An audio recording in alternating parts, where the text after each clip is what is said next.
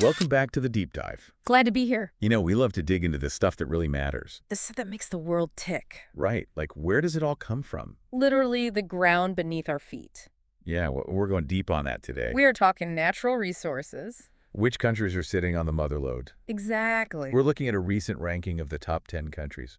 This isn't just a list, though. No way we're going to unpack what this all means. It's about power, Economics, geopolitics. the whole shebang. Let's kick things off at the top. Number one, Russia. I mean, when you think about Russia, you think big. Right. And all that space translates into a ton of resources. Seriously, a treasure trove. Like we're talking serious gold reserves, timber for days, coal out the wazoo. They've got the second biggest coal deposit in the world. And third when it comes to gold. Incredible. But here's the real shocker, the total estimated value. A mind-blowing $75.5 trillion. Trillion with a T. It's almost unfathomable, right? Right. I mean, what does that even mean for a country? Well, it's a double-edged sword. How so? On the one hand, they've got all these raw materials. So they're set, right? Not necessarily. It makes them very dependent on global markets. Because they're selling all this stuff. Exactly. So if the price of gold drops... Coal or timber? Russia feels it big time. And then you've got all the political stuff. Oh, yes. Sanctions, trade wars, all that jazz can really mess things up. Okay, so resource wealth doesn't automatically equal stability? Definitely not. It's way more complicated than that. Makes you think. It does. All right, let's move on to number 2. The USA. The current reigning superpower.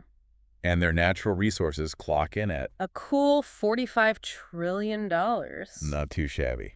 And it's interesting to see what makes up that wealth. Like what stands out? Coal. They have a massive 31.2% of the world's coal reserves. Wow, that's a huge chunk. It speaks volumes about their energy history. And maybe their future.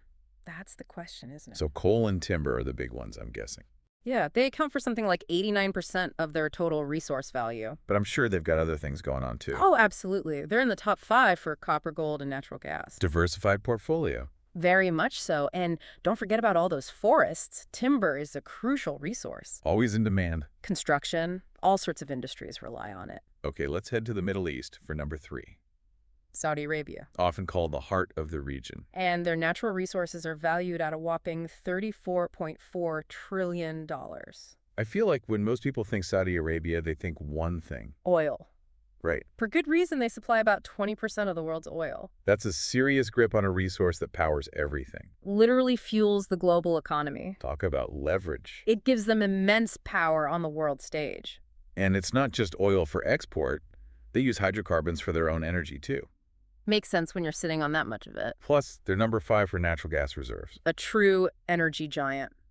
Oh. Time to head north to number 4 with an impressive $33.2 trillion in natural reserves. A big chunk of that comes from their oil sands. Now, for those who don't know, what are oil sands exactly? It's a mixture of sand, clay, water, and a thick, heavy type of oil called bitumen.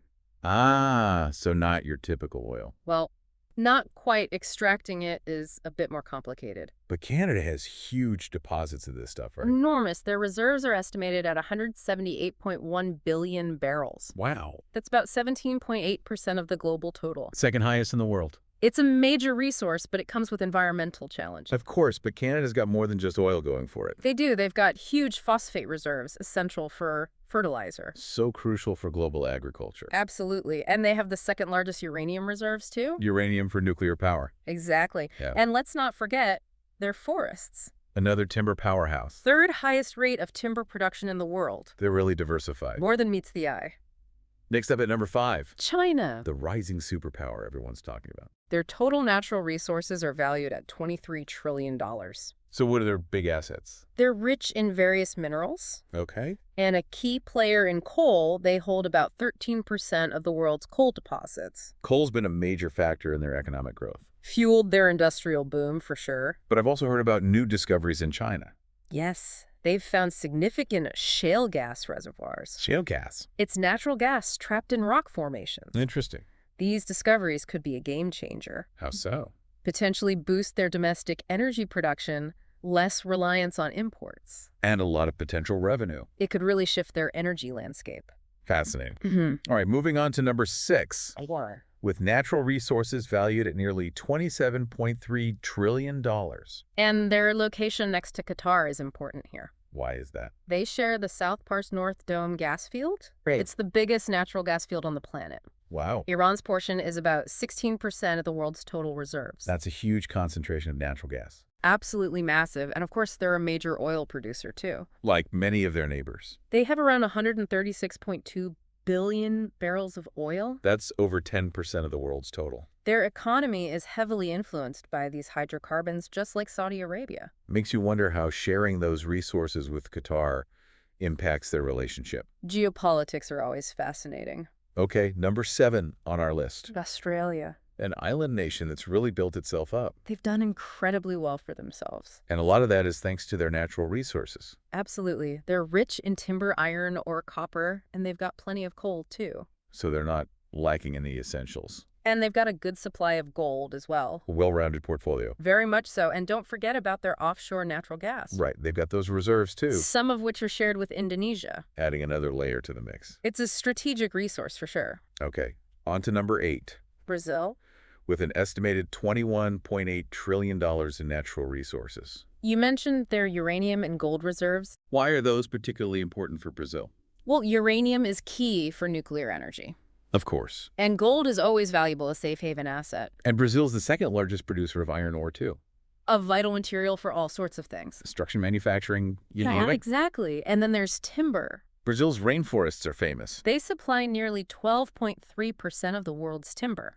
That's a lot of trees. It's a significant resource, but managing it sustainably is crucial. Absolutely. And we can't forget about their recent oil discovery. Yes. A massive crude oil reservoir potentially holding 44 billion barrels. That could be a game changer for them. It could reshape their role in the global energy market. All right, we're getting close to the end of our list. At number 9, we have Who's Venezuela? their total reserves are valued at about $14.3 trillion. And they're a major player in natural gas. Coming in at number 8 globally for those reserves. They also contribute a decent amount to global oil supply, about 2.7%. But it's their oil reserves that really make headlines. You're right. They have the 6th largest oil reserves in the world. Wow, how much are we talking? Roughly 99 billion barrels. That's 7.4% of the global supply. So much potential wealth. Unfortunately, they've been struggling to fully utilize those resources. Due to political and economic issues. Exactly. It shows that just having resources isn't enough. You need stability, good governance, all that. Absolutely. It's a complex equation. All right, last but not least, at number 10, we have Iraq. And like several of its neighbors, oil is the name of the game. Their oil deposits are estimated at 115 billion barrels. That's about 9% of the global reserve.